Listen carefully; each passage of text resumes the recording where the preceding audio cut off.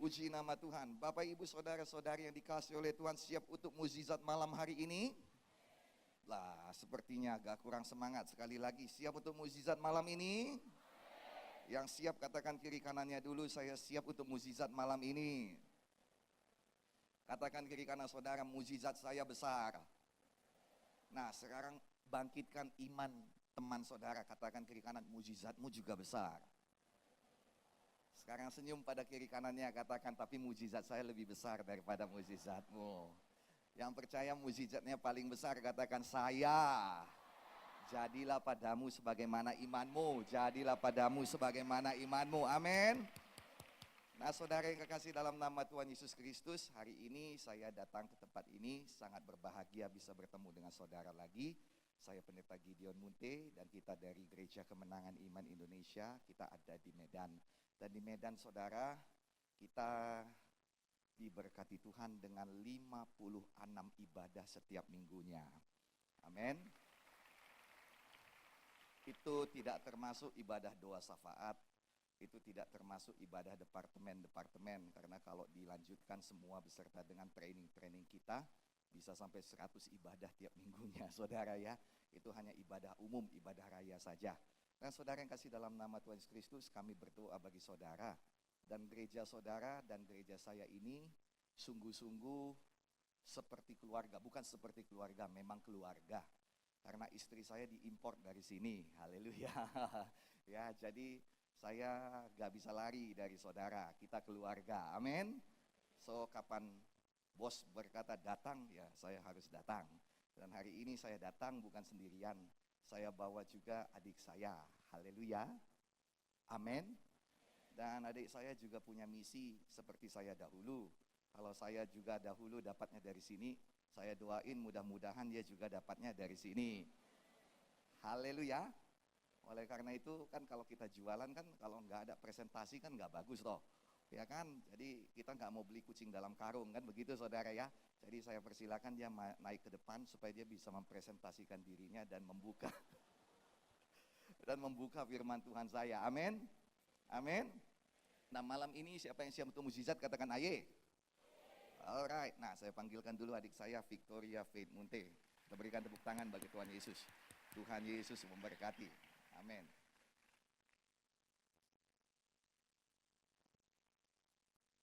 Haleluya. Bapak Ibu Saudara-saudara yang kekasih di dalam nama Yesus, saya sungguh bersuka cita boleh beribadah bersama dengan Bapak Ibu Saudara semua di ibadah KKR malam ini. Di mana kita merayakan peringatan Hari Pentakosta bagi gereja Tuhan. Amin. Firman Tuhan dalam Kisah 1 ayat 8 berkata, "Tetapi kamu akan menerima kuasa kalau Roh Kudus turun ke atas kamu. Dan kamu akan menjadi saksiku di Yerusalem dan di seluruh Judea dan Samaria dan sampai ke ujung bumi." Ayat ini berkata, kita akan menerima kuasa kalau Roh Kudus turun ke atas kita. Ini sungguh luar biasa. Tetapi banyak orang berpikir kuasa datang dari kedudukan yang dimilikinya, dari ilmu atau uang yang dimilikinya, tetapi semua hal tersebut hanya memiliki kuasa yang terbatas. Kadang-kadang kehidupan membawa kita ke dalam suatu masalah di mana uang, pendidikan, dan kedudukan yang saudara miliki tidak sanggup menyelesaikan masalah itu. Misalnya, kita memiliki masalah keluarga, masalah dalam hubungan. Dan mungkin kita menghadapi juga penyakit yang begitu parah, sehingga ilmu kedokteran saat ini tidak dapat memberi jaminan untuk kesembuhan. Ataupun masalah lainnya. Dan saudaraku, maka untuk mengatasi masalah yang besar, yang melebihi kemampuan kita itu, kita membutuhkan kuasa supernatural daripada Tuhan untuk menolong kita dalam persoalan itu. Itulah kuasa Roh Kudus. Kuasa Roh Kudus adalah kuasa di atas segala kuasa. Kuasa Roh Kudus tidak dapat dibatasi oleh hukum dunia ini dan juga oleh pengetahuan dunia ini. Dan itulah kuasa yang disediakan oleh Bapa di sorga kepada kita semua anak-anaknya di bumi ini. Kisah 1 ayat 8 berkata, kamu akan menerima kuasa kalau Roh Kudus turun ke atas kamu.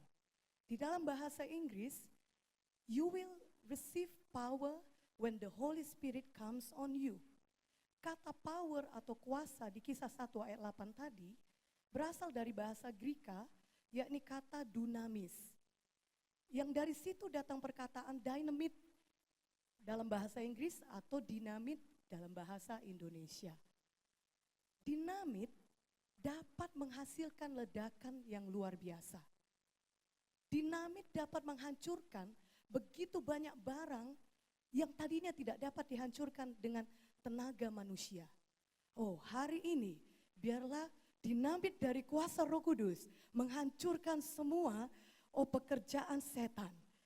Kuasa Roh Kudus, dinamit dari kuasa Roh Kudus menghancurkan semua keterikatan dosa, menghancurkan semua penyakit, menghancurkan kanker tumor, menghancurkan kekhawatiran di dalam hati kita. Amin, haleluya. Dan kuasa luar biasa itu hanya dapat didapatkan ketika kita penuh, ketika Roh Kudus turun atas kita. Saya mau bersaksi saudaraku, ya, tanpa kuasa Roh Kudus, saudara, adalah tidak mungkin bagi saya memiliki keberanian untuk berdiri di hadapan banyak orang seperti ini dan menyampaikan firman Tuhan. Dan saudaraku, Bapak Jonathan, ya, mengenal saya dulu sebelum saya berkhotbah. Saya masih pemain musik, administrator dan pelayan, ya, di belakang panggung. Tetapi dunamis sungguh membuat perbedaan. Sebagaimana Petrus setelah dipenuhkan Roh Kudus, dia begitu berbeda. Tadinya Petrus begitu penakut. Dia menyangkal Tuhan Yesus 3 kali. Namun setelah dia penuh Roh Kudus, Petrus menjadi orang yang sangat pemberani dan juga penuh hikmat. Firman yang diucapkan Petrus, dia mengucapkannya, saudaraku, salah satu firman diucapkannya adalah sangat berkuasa, yakni, saudaraku, dan keselamatan tidak ada di dalam siapapun juga kecuali di dalam Dia atau di dalam Yesus. Sebab di bawah kolong langit ini tidak ada nama lain yang diberikan kepada manusia yang olehnya kita dapat diselamatkan. Dan orang-orang pada saat itu pun begitu heran melihat keberanian Petrus.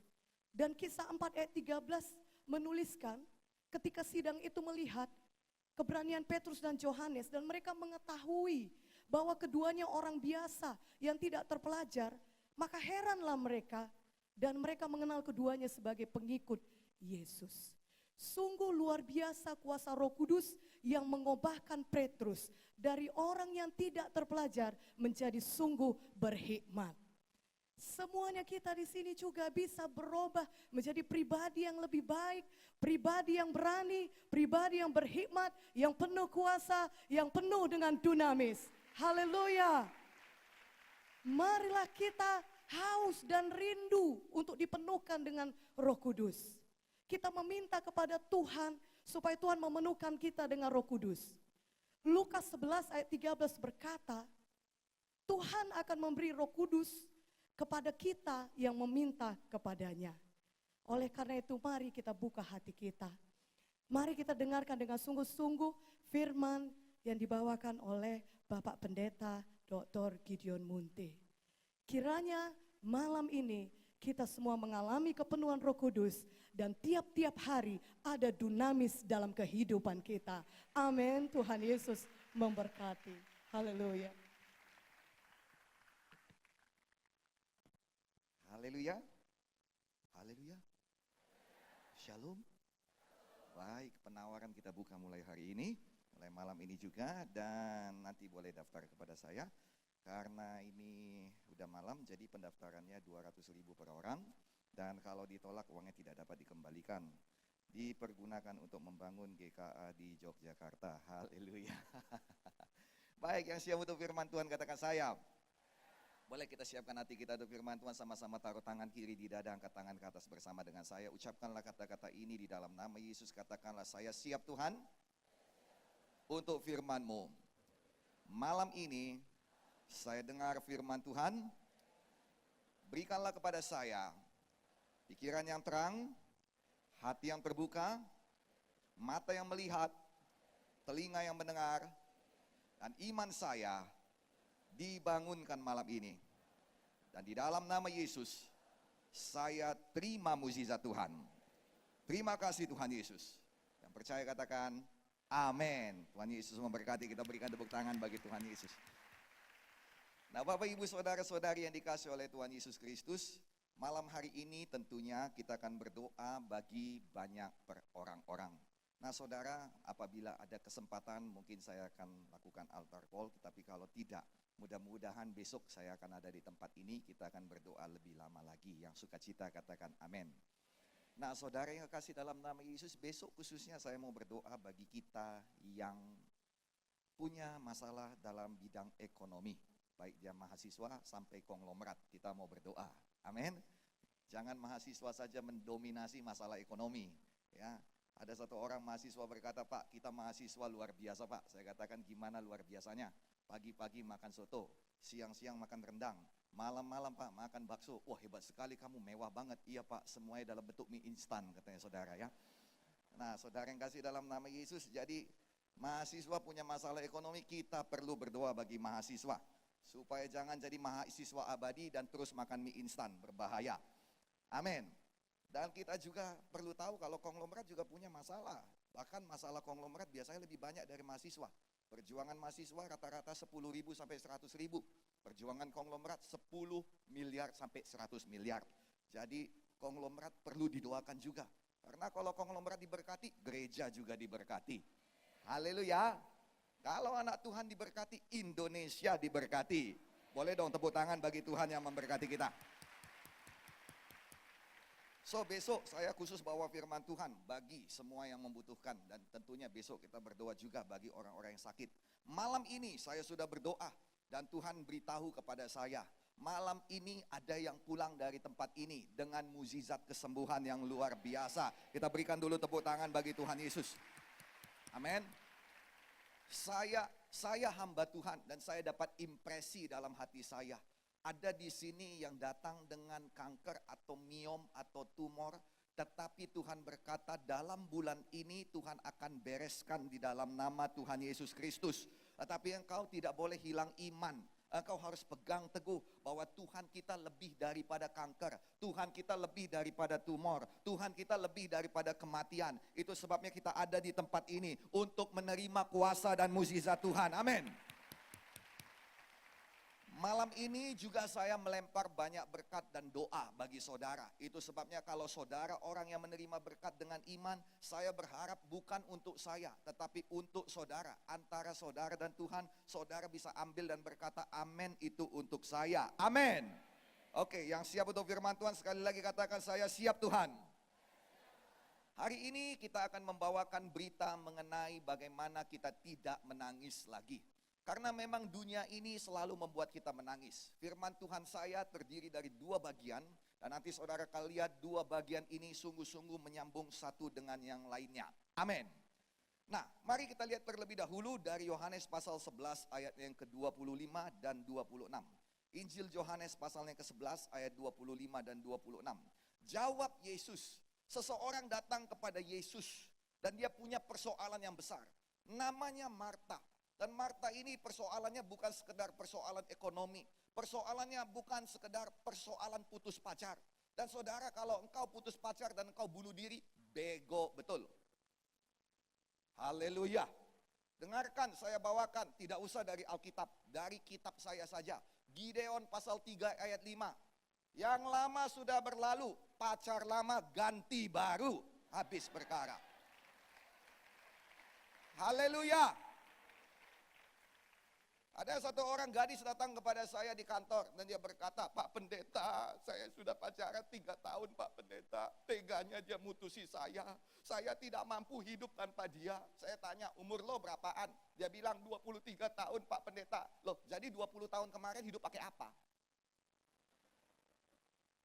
Katanya nggak mampu hidup tanpa dia. Itu bohong, itu tipuan iblis. Jangan bunuh diri. Kalau memang kau perlu membunuh seseorang, bunuh dia. Jangan engkau bunuh diri. Bukankah itu membuka matamu? Iya kan? Iya. Nah, sederhana aja. Amin. Nah, kok dia amin? Kan membunuh. Gimana sih? Ini bahaya, ini gereja macam apa ini? Saya harus protes ini sama Pak Jonathan ini. Oke, kita lanjutkan firman Tuhan. Amin. Seseorang datang kepada Yesus dan dia punya persoalan besar. Hari ini kita juga bisa datang kepada Yesus walau bagaimanapun besarnya persoalan kita. Persoalan Marta ini sangat besar. Dia berkata, saudaraku mati. Apakah engkau juga datang dengan persoalan sesuatu yang mati daripadamu? Apakah usahamu mati? Harapanmu mati? Imanmu mati? Masa depanmu mati? Oh, apakah ada orang yang sedang dalam menuju kematian? Temanmu mungkin di rumah sakit, di ruang ICU. Apakah yang lainnya sedang dalam kematian? Kita bisa datang kepada Yesus dan dengar, ini jawaban Yesus. Yang siap katakan amin. Jawab Yesus, akulah kebangkitan dan hidup. Barang siapa percaya kepadaku, ia akan hidup walaupun ia sudah mati. Dan setiap orang yang hidup dan percaya padaku, yang masih hidup katakan saya. Maka ini firman Tuhan bagi saudara, tidak akan mati selama-lamanya. Dan Tuhan Yesus bertanya begini, percayakah engkau akan hal ini? Yang percaya amin yang paling keras. Kiranya dijadikan sesuai iman saudara. Amin. Haleluya. Nah, saya mau saudara respon dengan luar biasa karena saudara tidak menyenangkan saya, tapi Tuhan lihat. Lukas 18 ayat 8 berkata, ketika Tuhan datang, dia mencari iman. Dan dalam buku Yakobus pasal 2 ayat 26 dikatakan, iman tanpa perbuatan itu pada hakikatnya mati, sia-sia. Jadi kalau saudara berkata amin, itu perbuatan. Kalau saudara bertepuk tangan kepada Tuhan, itu perbuatan. Dan saya berdoa, Tuhan lihat dari sorga. Dan mukjizat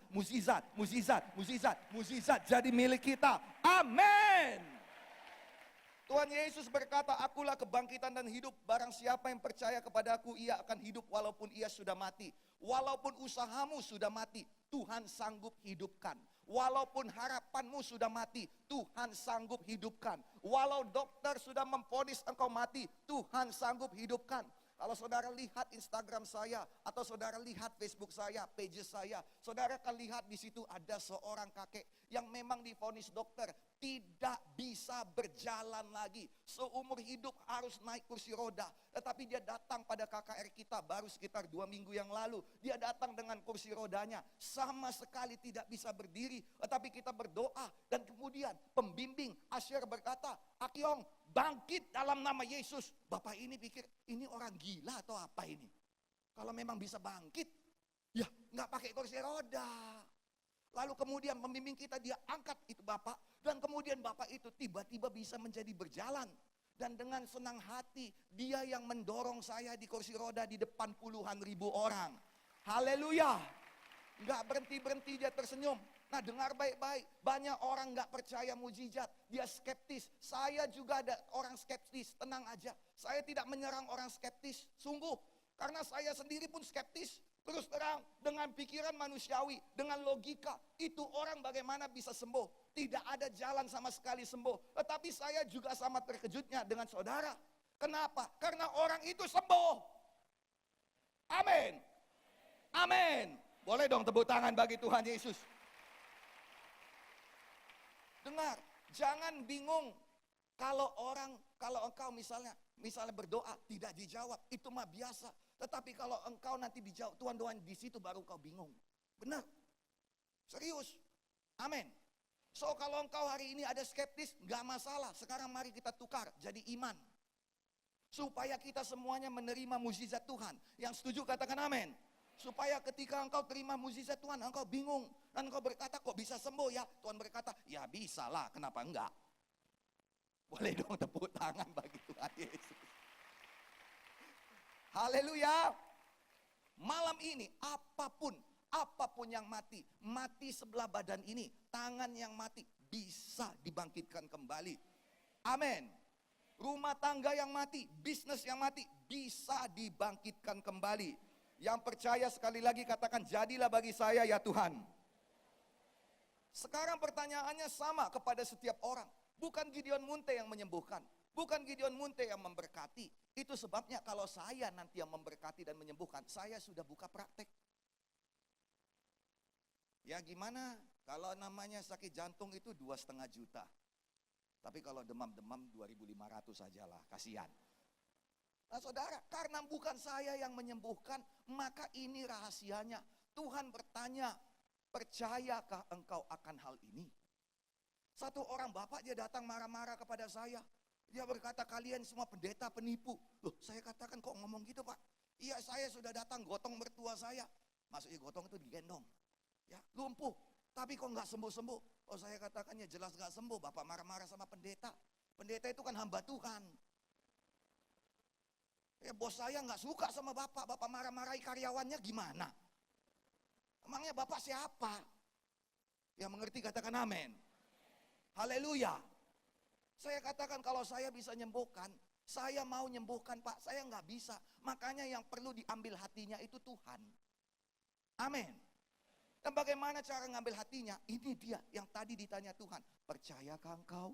Percayakah engkau? Percayakah engkau? Percayakah engkau? Percayakah engkau? Yang percaya katakan saya percaya. Kita berikan dulu tepuk tangan bagi Tuhan Yesus. Seorang bapak dalam Markus 9 datang kepada Yesus. Besar harapannya anaknya sembuh. Kenapa rupanya anaknya? Oh, anaknya anak gadis. Dan anak gadis ini punya satu masalah. Mungkin anak gadis ini cantik. Mungkin bangun tubuhnya bagus. Yang mana dikatakan orang Jogja itu seksi. Tapi ada masalahnya. Walaupun dia seksi, walaupun dia keren, walaupun dia cantik, walaupun rambutnya panjang seperti mak lampir. Ada satu masalahnya, dia punya sakit. Sakitnya gak biasa, sakit sawan. Nah sawan ini saudara membuat orang yang cantik jadi jelek. Betul atau tidak? Ya kan?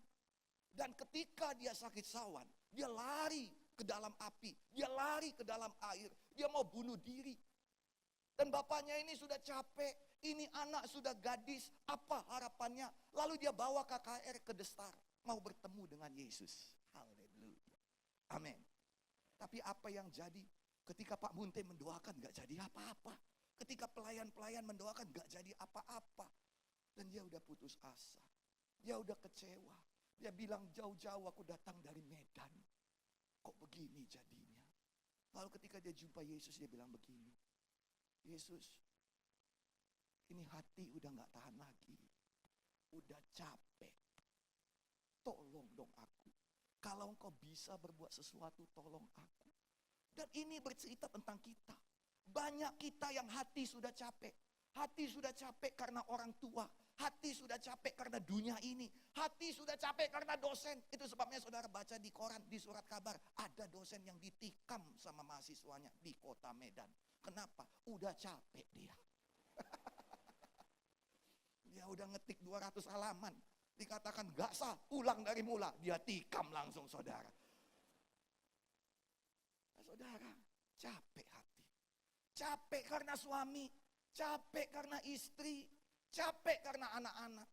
Capek sama orang-orang di perusahaan. Capek karena bos. Capek karena karyawan. Dikasih tahu A malah dibuat B. Dikasih tahu B malah dibuat A. Dikasih tahu AB malah XYZ dibuat. Pusing betul. Nah saudara, capek di hati. Yesus tolonglah kalau kau bisa. Ayat 23 Markus berkata, katamu kalau aku bisa. Aku bisa. Tidak ada yang mustahil bagi orang yang percaya. Malam ini kuncinya pada iman saudara. Dan buku Roma berkata iman timbul dari pendengaran akan firman Tuhan. Nah saudara itu sebabnya saya bawakan firman Tuhan hari ini. Saya nggak bawakan filosofi, saya nggak bawakan motivasi. Saya membawakan firman Tuhan yang hidup dan berkuasa. Amin. Sehingga apa? Iman saudara bangun dan bangkit. Yang pertama kita mau melihat pada Tuhan yang kita sembah. Yang telah hadir malam hari ini. Siap untuk menjamah saudara. Bagaimanakah ciri-cirinya? Lukas 1 ayat 37 dikatakan. Sebab bagi Allah tidak ada yang mustahil. Dalam bahasa aslinya, bahasa Greka dikatakan. Terjemahan langsungnya. Sebab bagi Tuhan yang kita sembah. Tidak ada yang terlalu sukar. Memang bagimu sukar, bagi Tuhan kita nggak sukar. Bagi kita sukar, bagi Tuhan kita nggak ada masalah, nggak ada problema. Itu mahal kecil. Bagi kita berkata gimana Bagaimana cari kerja? Sukar betul. Oh, Tuhan berkata itu perkara kecil. Oh, kita berkata, Tuhan bagaimana supaya bisa meningkat lagi, dapat peningkatan, dapat promosi. Tuhan berkata itu perkara kecil. Mau cari jodoh sukar, itu perkara kecil bagi Tuhan. Amin. Semua perjuanganmu hari ini bagi Tuhan tidak ada yang mustahil. Come on. Amin. Dan hari ini saya bawakan kepada saudara, bagaimana Tuhan mau melepaskan kita dari tangisan. Buku Wahyu berkata begini, dialah Tuhanmu yang menghapus air matamu. Tuhan tidak suka engkau menangis. Tuhan tidak suka engkau sendirian malam-malam. No. Tuhan suka kalau engkau terbangun malam-malam berkata, thank you Jesus. Terima kasih Tuhan. Dan Tuhan akan bergemar di sorga. Tuhan kita itu Tuhan yang periang, Tuhan yang sukacita. Itu sebabnya saya juga periang, sukacita. Amin. Firman Tuhan berkata, Tuhan Allahmu ada di tengahmu sebagai pahlawan yang memberi kemenangan. Tuhan Allahmu bersorak-sorai karena engkau. Tuhan Allah kita ada di tempat ini dengan kuasanya. Dia bersorak-sorai karena engkau. Itu sebabnya Tuhan gak mau ketika dia bersorak-sorai engkau nangis. Tuhan mau engkau bersorak-sorai, bersorak-sorai, bersorak-sorai, bersorak-sorai. Amin. Goyang dulu kiri kanan, katakan Tuhan mau kita bersorak-sorai. Katakan kiri kanan, jangan menangis lagi. Haleluya. Amin. Nah saudara yang kekasih di dalam nama Yesus, hari ini kuncinya percaya. Dan saya bawakan firman Tuhan supaya kita semuanya percaya. Firman Tuhan adalah jawaban. Semua permasalahan ada jawabannya dalam firman Tuhan. Itu sebabnya hari ini saya bawakan mungkin 2 atau 3 saja. Karena kalau terlalu lama nggak pulang-pulang nanti kita. Nanti kita dikunci di tempat ini, besok baru kita bisa pulang. Jadi 2 atau 3 saja. Saya berdoa Tuhan berkenan dan Tuhan melakukan mukjizatnya. Yang siap katakan amin.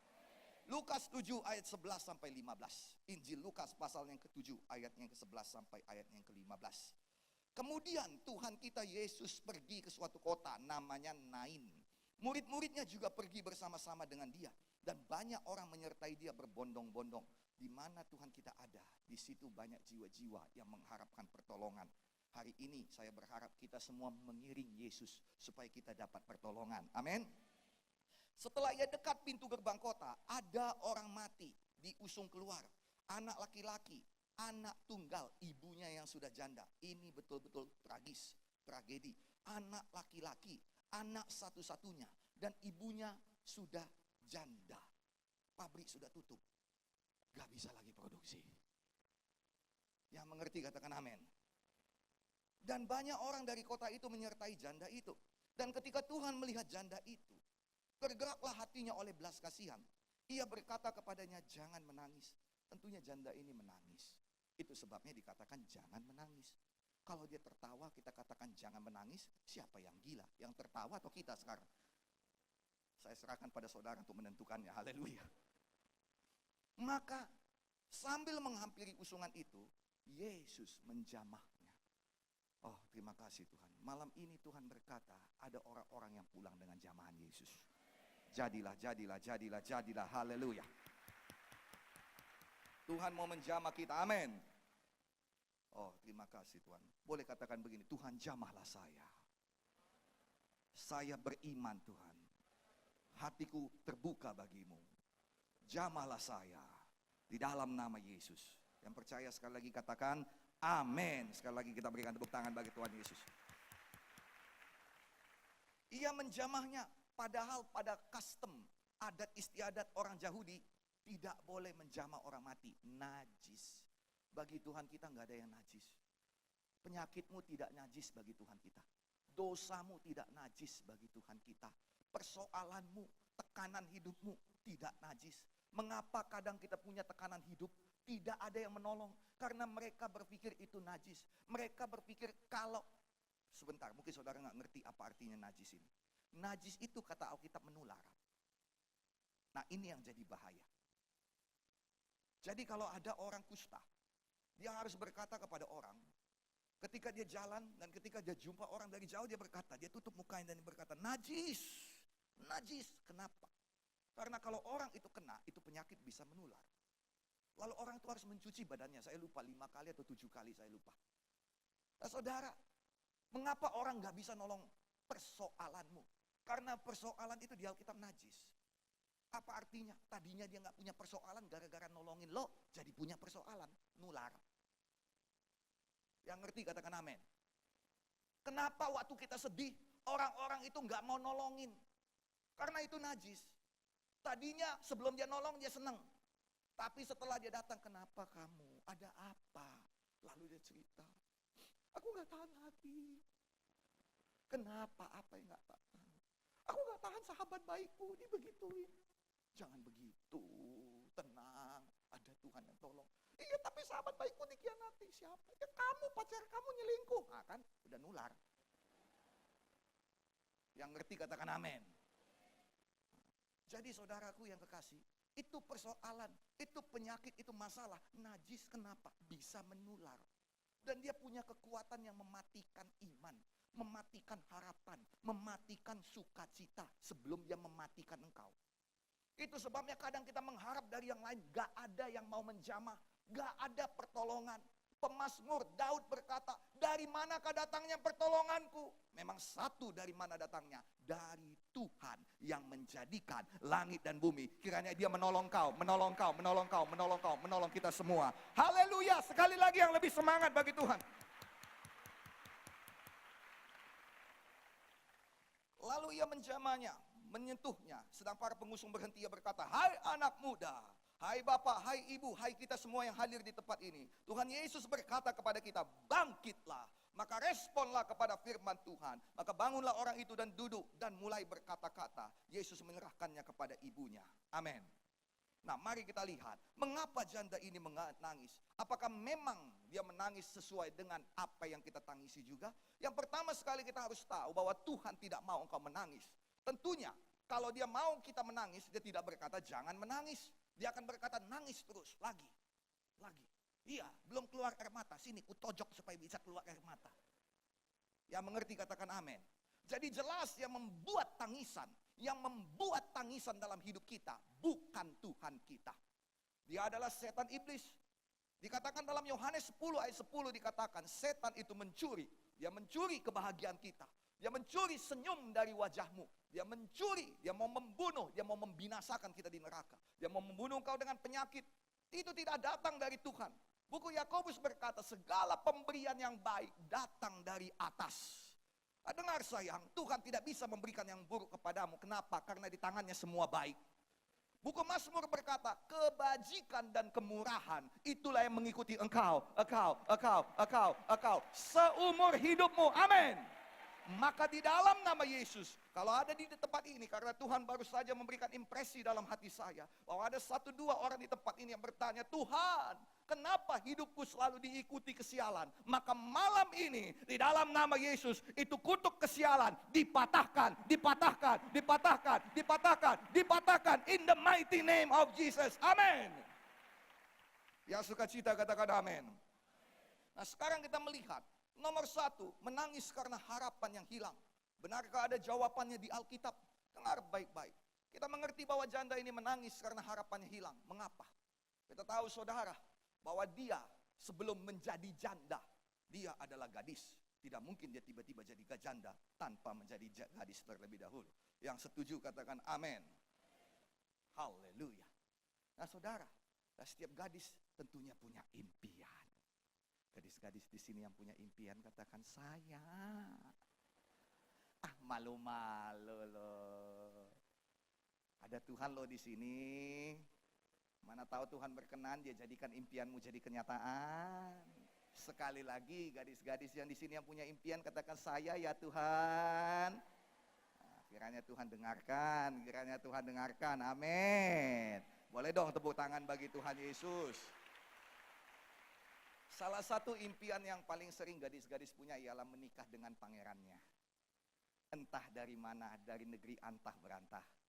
Saya berharap dari keluarga Allah Jogja, haleluya. Nah, saudara yang kekasih dalam nama Yesus, dan suatu hari ini gadis ketemu dengan pangerannya. Oh, untuk membuat ceritanya semakin indah, pangerannya pun melamar dia. Dia berlutut di kakinya dan berkata, ternyata itu gadis dari Tanah Batak. Dia berkata, Tiur, maukah engkau menikahiku sayang? Lalu si Tiur pun berkata, kok gak dari semalam abang bilang begitu? Lalu singkat cerita mereka pun menikah. Dan menambah kebahagiaannya, Tuhan mengaruniakan bayi laki-laki pada mereka. Yang mengerti katakan amin. Lalu mereka pun merawat bayi ini. Tetapi pada umur sekian-sekian, sesuatu jadi pada si bapak. Mungkin dia mengeluh, kok kepalaku pusing tapi gak ada gempa bumi.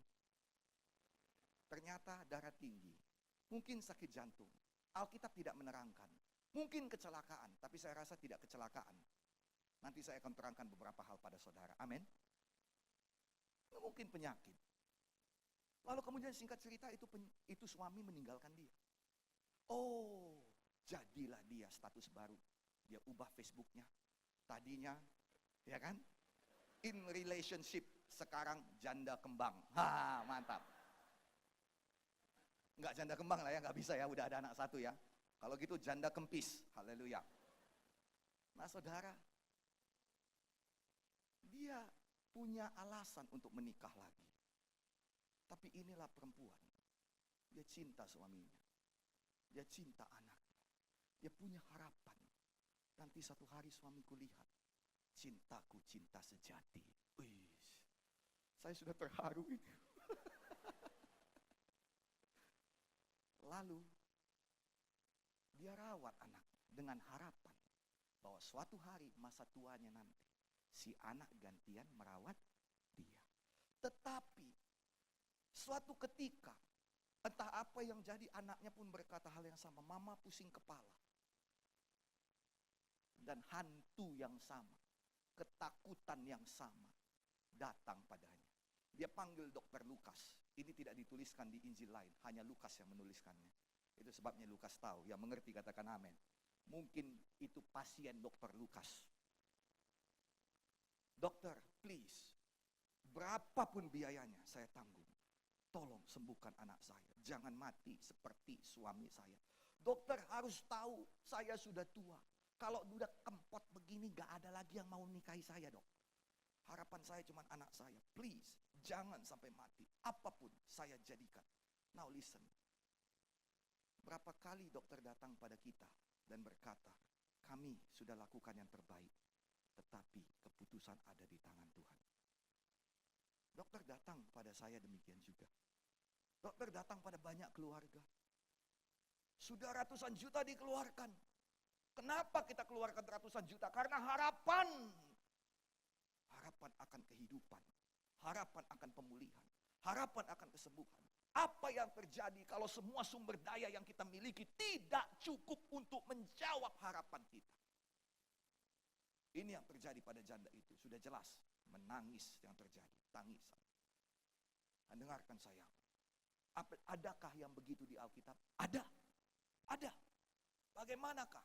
Mari kita lihat dalam 1 Raja-Raja 17 ayat 12. Dan kita lihat jawabannya. Perempuan itu menjawab, ini seorang janda di Sarfat yang kelaparan, di mana Nabi Elia datang kepadanya dan berkata, berikanlah aku 1 gelas air. Dan kemudian diberikan padanya, dan kemudian dikatakan, berikanlah aku 1 potong kecil roti, makanan.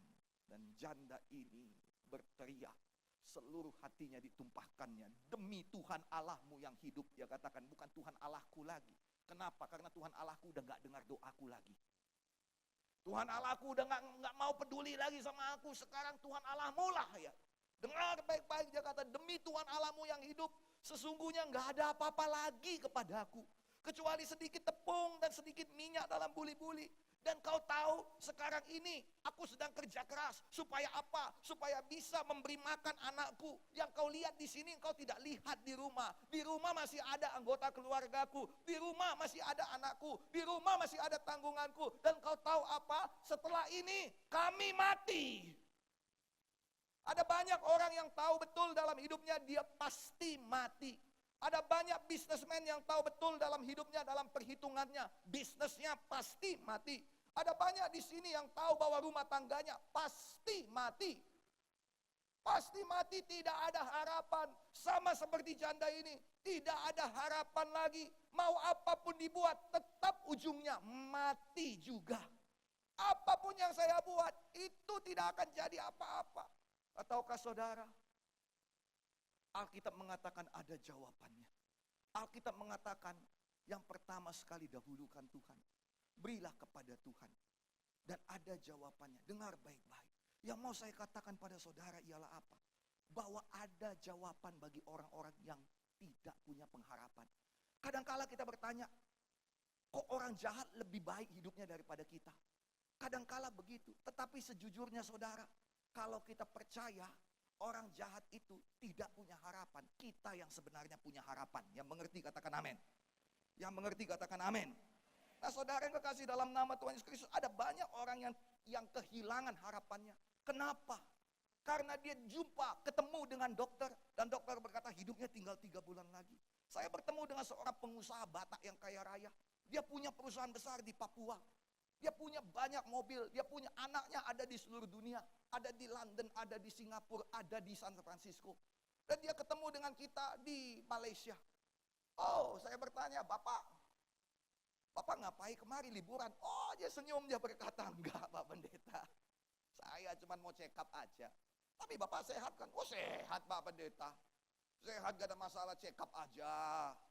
Itu paginya, waktu breakfast sama-sama di hotel. Tapi siangnya apa yang jadi? Ketukan datang ke kamar kami.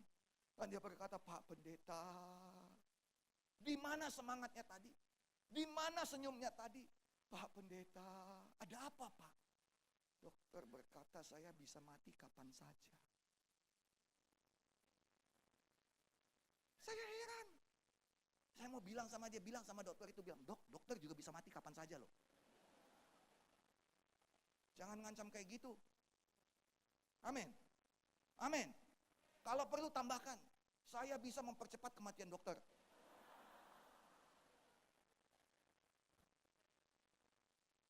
Nah saudara yang kasih dalam nama Yesus, dia jadi takut. Sesuatu ada di jantung saya Pak. Sesuatu ada, dikatakan hasil tidak baik Pak. Besok mau diperiksa ulang, tolong doa. Tahu saudara, dalam waktu 2 hari anak dari San Francisco datang, dari London datang, dari Singapura datang sampai di luar saudara. Mereka semuanya saudara menangis bersama-sama. Harapan yang hilang. Saya katakan, Bapak masih hidup. Kok lebih sedih dari orang mati? Dia katakan, Pak, lebih baguslah saya mati. No! Tidak. Jangan merayakan kematian ketika engkau masih hidup. Yang setuju katakan amin. Yang setuju katakan amin. Mengapa? Karena memang engkau sedang berjalan untuk menguburkan semuanya. Now listen to me, dengarkan saya. Dengarkan saya, mungkin kau berpikir tidak ada harapan. Tidak ada harapan. Janda ini berpikir tidak ada harapan dalam hidupnya. Janda ini berpikir bahwa dia dan anaknya, keluarganya, usahanya, semua sedang menuju kematian. Apa yang tidak diketahuinya ialah apa? Dengar baik-baik, bahwa pertolongannya sudah dikirim Tuhan dan berdiri di depannya saat itu juga. Come on, berikan tepuk tangan bagi Tuhan Yesus.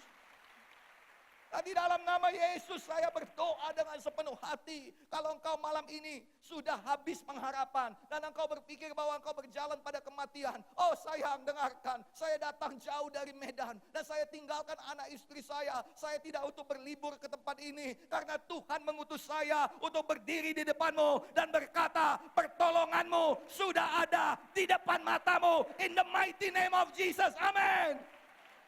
Bukan saya yang menolong, saya hanyalah hamba Tuhan. Tapi 2 Tawari 20 ayat 20 berkata, percayalah kepada Tuhan, maka engkau akan teguh. Percayalah kepada hambanya, maka engkau akan berhasil. Berhasil hidup kembali, berhasil mendapatkan harapan, berhasil mempunyai iman, berhasil mendapat mukjizat. Amin. Now listen to me, mungkin beberapa di antara saudara tidak tahu apa beda harapan dan iman. Biar saya terangkan. Buku Ibrani menerangkan tentang iman. Dasar dari segala sesuatu yang kita harapkan, bukti dari segala sesuatu yang tidak kita lihat. Betul, itu definisinya. Tapi perbedaan antara harapan dan iman sangat sederhana. Biar saya kasih tahu kepadamu. Iman, pengharapan, dan kasih, tiga-tiganya itu saudara betul-betul kekal. Betul? Betul? Kasih, mengapa kekal? Karena Allah itu kasih, Allah itu kekal, jelas. Yang kedua, iman, mengapa kekal? Iman datang dari pendengaran akan firman. Firman Tuhan itu kekal, maka iman juga kekal. Sekarang harapan apa itu? Definisi daripada iman ada dalam buku Ibrani. Tapi sederhananya begini. Iman itu adalah perbuatanmu yang sesuai firman untuk mendapatkan janji Tuhan. Yang mengerti katakan amin. Tapi harapan adalah perbuatan Tuhan dalam hidupmu supaya engkau dapat janji firman.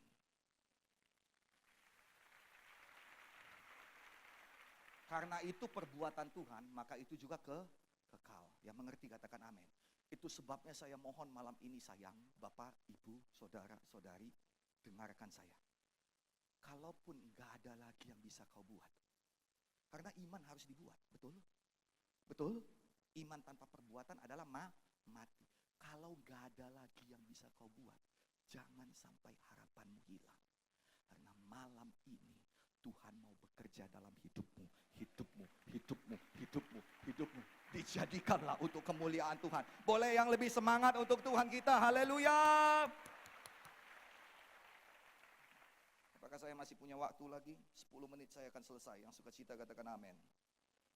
Kalau nggak selesai apa boleh buat, ampunilah hamba Tuhan ini, amin. Ia menangis yang tadi karena hilang harapan. Yang kedua karena usahanya sia-sia. Dia sudah berusaha mengobati anaknya. Yang pertama dia berusaha mengobati suaminya, dia gagal.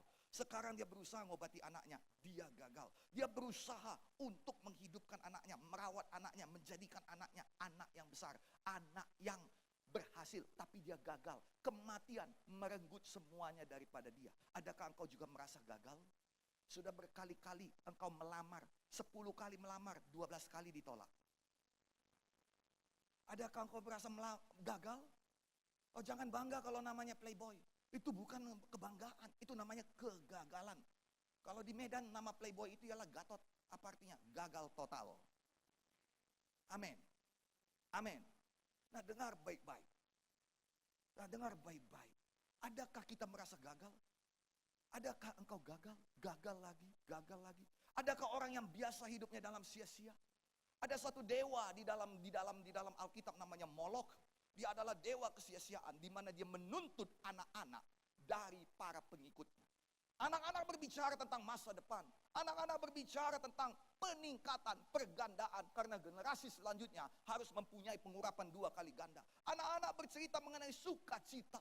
Tetapi Molok menuntut itu daripada pengikutnya. Itu sebabnya semua pengikut Molok, semua yang diklaim Molok sebagai pengikutnya, harus mengalami kesia-siaan. Saya berdoa malam hari ini, tidak ada dewa Molok yang menguasai hidupmu. Dia tidak bisa mengklaim hidupmu, karena engkau adalah anak raja di atas segala raja, anak Tuhan di atas segala Tuhan. Engkau ditebus dengan darah yang mahal, darah Yesus Kristus. Amin.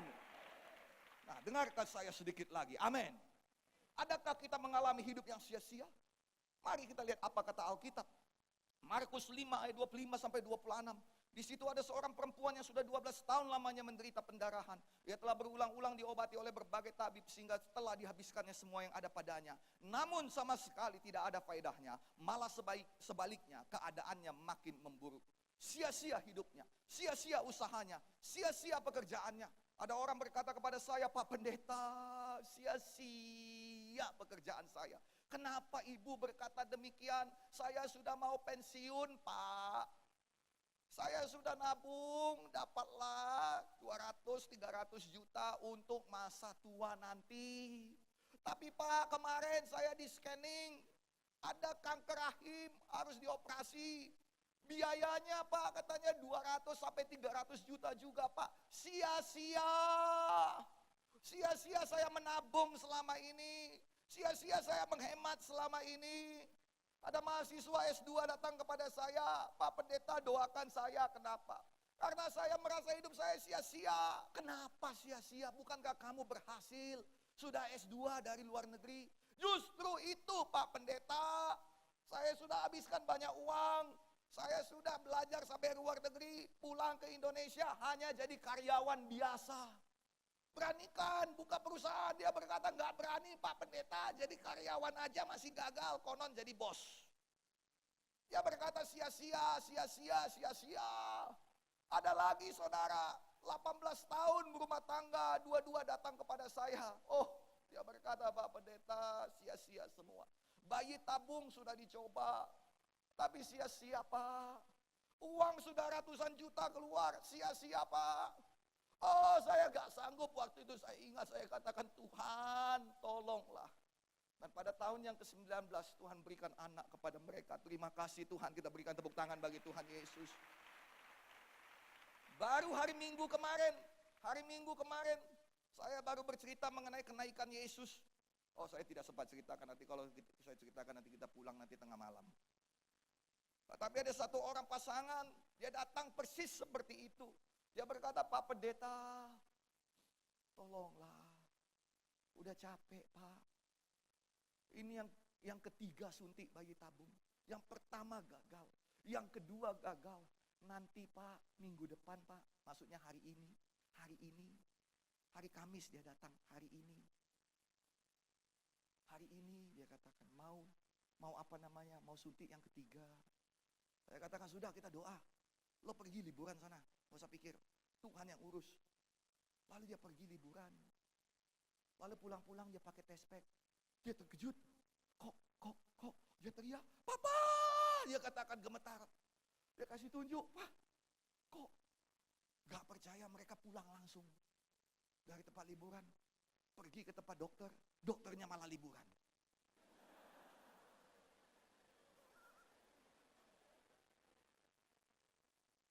Mereka telepon, dokternya berkata pergi ke lab, periksa. Lalu kemudian mereka pergi ke lab, periksa biasanya dikatakan lab itu 99%, bagus itu, periksa. Mereka pergi ke lab, periksa. Lalu hari Minggu sebelum saya berangkat kemarin, Minggu kemarin, mereka berdua nangis di depan.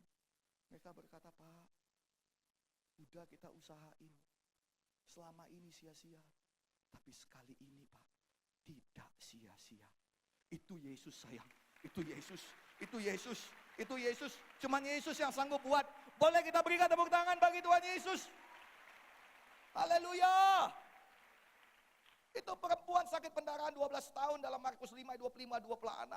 27, 29 dikatakan dia datang kepada Yesus. Dan dia lakukan tindakan imannya. Malam ini saudara perlu mendengar firman. Dikatakan di situ dia sudah mendengar berita-berita tentang Yesus. Dan dia melakukan imannya. Dia memperkatakan imannya. Jangan katakan persoalanmu. Jangan perkatakan persoalanmu. Itu pekerjaan iblis. Sayang, engkau tidak perlu mempermuliakan iblis dengan berkata sakit betul, kurasa memang betul sakit. Siapa bilang gak sakit? Namanya juga kita sakit, ya pasti sakit rasanya. Yang setuju katakan amin. Tapi kita perlu memperkatakan firman. Saudara menyanyi, biarlah yang lemah berkata aku kuat. Biarlah yang miskin berkata aku kaya. Biarlah yang sakit berkata aku sembuh. Biarlah yang tertekan berkata aku bebas. Amin. Mengapa? Apakah itu bohong? Tidak sayang. Itu mengatakan bahwa Tuhan sudah melakukan pekerjaan yang besar. Dan dia tidak pernah gagal dalam melakukan rencananya. Boleh dong yang semangat bagi Tuhan kita. Malam ini saya punya satu keyakinan bahwa engkau yang selama ini hidup dalam kesia-siaan. Malam ini Tuhan mau menebus saudara daripada hidup yang kesia-siaan. Tuhan mau memberikan hidup yang penuh arti bagimu. Haleluya. Dan yang terakhir, biarlah ini yang terakhir saya tambahkan 5 menit lagi. Yang suka cita katakan amin. Mana tahu, karena tadi saya sudah mau selesaikan dan kita mau berdoa, tapi Tuhan berkata satu lagi. Mana tahu ada di sini yang berjuang untuk persoalan yang sama terus. Malam ini Tuhan mau beri peningkatan. Mana tahu saudara di sini seperti Simpson yang kerjanya berputar-putar keliling. Dengar baik-baik, Simpson berputar-putar. Dia menggiling gandum untuk orang Filistin. Dia tidak dapat hasilnya. Tetapi orang Israel dia berputar.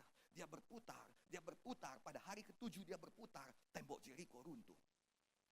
Engkau bukan Simpson sayang. Engkau adalah bangsa pilihan Tuhan. Boleh dong berikan tepuk tangan bagi Tuhan Yesus. Memang engkau berputar dalam hidup ini. Tapi engkau mempunyai sesuatu sebagai hasil. Mengapa janda ini menangis? Karena dia berkata, hantu yang sama datang lagi. Persoalan yang sama datang lagi. Dia menangis, kenapa? Karena pada waktu suaminya sakit, dia pernah berjuang. Dan dia berkata, suamiku jangan mati ya. Aku berharap padamu, jangan tinggalkan aku sendiri. Aku akan buat segala sesuatu dalam kemampuan kita. Supaya engkau tetap hidup. Suaminya hanya bisa mengangguk lemah.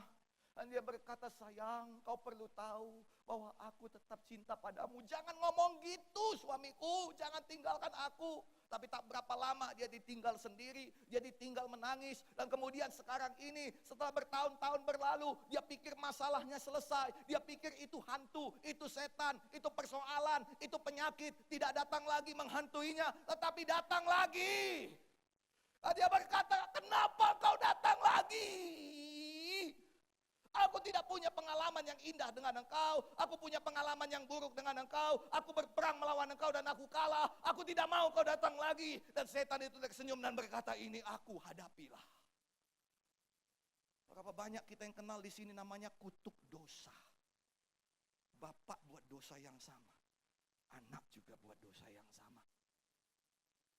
Bapak hancur dalam rumah tangga anak juga mulai hancur. Berapa banyak kita di sini kenal apa yang dinamakan dengan kutuk penyakit. Bapak sakit jantung, anak juga boleh berharap. Oh, janganlah berharap. Tapi ada yang tertekan ketakutan, kena sakit jantung juga. Kanker, diabetes, stroke, darah tinggi. Dokter berkata, oh, hati-hati. Dokter berkata kepada saya, hati-hati. Aku tahu semua sejarah penyakit bapak-bapakmu. Aku tahu semua sejarah penyakit ibu-ibumu. Dari sisi ibu, dari sisi bapak. Engkau harus diperiksa menyeluruh 2 hari penuh. Nah, saya berdoa pada Tuhan. Saya berpuasa. Saya katakan, Tuhan, musuh yang sama itu tidak kuhadapi lagi. Tidak bangkit lagi. Untuk imanmu, Nahum 1 ayat 9 berkata begini. Dengar baik-baik. Apa yang kau maksudkan? Apa yang kau maksudkan? Beraninya dia melawan Tuhan kita. Sebab Tuhan kita akan menghabisinya sama sekali. Dan kesusahan yang sama tidak akan datang 2 kali. Amin. Dalam bahasa Inggris dikatakan dengan sangat megah, none of this affliction shall dare come upon you twice. Tidak ada penyakit itu berani datang 2 kali. Sayang, adakah kau 2 kali bangkrut? Nah, sekarang lagi digodanya engkau. Dia katakan, kau ingat krisis kemarin? Betapa hancurnya engkau. Dan engkau beriman pada Tuhan. Dan sekarang kau mulai kaya. Tadadang, ini aku datang lagi. Katakan Nahum 1 ayat 9. Apa maksudmu melawan Tuhanku? Tuhan akan menghabisi engkau. Kesusahan yang sama, penyakit yang sama, tidak datang 2 kali. Jadilah, jadilah, jadilah, jadilah. Amin. Engkau bukan Kristen yoyo sayang, sebentar naik, sebentar turun. No. Ulangan 28 ayat 13 berkata, jika engkau pada hari ini mendengarkan perintah Tuhan Allahmu dan melakukannya dengan setia, maka Tuhan Allahmu yang kau sembah itu akan mengangkat engkau tinggi di antara bangsa-bangsa. Engkau akan naik dan naik lagi dan naik lagi dan terus naik lagi dan tidak turun. Engkau akan sembuh, sehat, sehat, mengalami hari yang baik, diberkati Tuhan, bahagia, tidak sakit. Amin. Yang suka cita katakan amin. Ini Tuhan yang saya bawakan padamu. Ini Tuhan yang sudah hadir di tempat ini bagimu. Ini Tuhan yang berjanji mau menjamah engkau malam ini. Dan malam ini engkau tidak datang karena dengan sia-sia. Karena yang di tempat ini bukan Molok. Di tempat ini Yesus Kristus namanya. Boleh dong kalau mau tepuk tangan bagi Tuhan Yesus. Haleluya. Saya mau bawakan banyak kepada saudara. Kalau ada waktu 2 menit lagi, pemusik boleh naik ke atas, penyanyi boleh naik ke atas. Dan kita bisa sambil berdoa 2 menit, dengar baik-baik. Satu lagi, itu janda menghadapi jalan tertutup. Tidak ada harapan, tidak ada, di apapun yang dibuatnya tidak bisa. Adakah hari ini engkau juga demikian? Bangsa Israel mendapat jalan yang tertutup. Di depannya ada laut terberau. Di belakangnya ada musuhnya. Nah, dengar baik-baik, itu musuh bapaknya juga. Gak ada jalan lain. Tapi mereka berseru-seru kepada Tuhan. Malam ini berseru-serulah kepada Tuhan. Dan Alkitab mengatakan, Musa mengangkat tangan, mengangkat tongkat itu. Dan semalam-malaman Tuhan bekerja. Saya berdoa, tonight is the night. Malam ini Tuhan mau bekerja. Mau bekerja. You know what? Malam itu orang Israel tidur dan Alkitab menuliskan, the next day they woke up. They wake up. Besoknya mereka bangun. Dia lihat sambil tersenyum, sudah ada jalan terbuka. Oh, untuk kemuliaan Tuhan. Di sini ada beberapa orang. Saya rasa di sini ada satu orang ibu yang sudah lama berdoa supaya jalan terbuka. Dan Tuhan mau berkata, malam ini dia mau bekerja sepanjang malam. Dan besok untuk kemuliaan Tuhan, ada beberapa yang bangun dan melihat dan berkata, thank you Jesus, terima kasih Tuhan. Jalan sudah dibuka bagimu, bagimu juga. Haleluya, kemuliaan bagi Tuhan. Ya semangat dong, tepuk tangannya bagi Tuhan. Come on, let us all stand. Mari kita semuanya bangkit berdiri.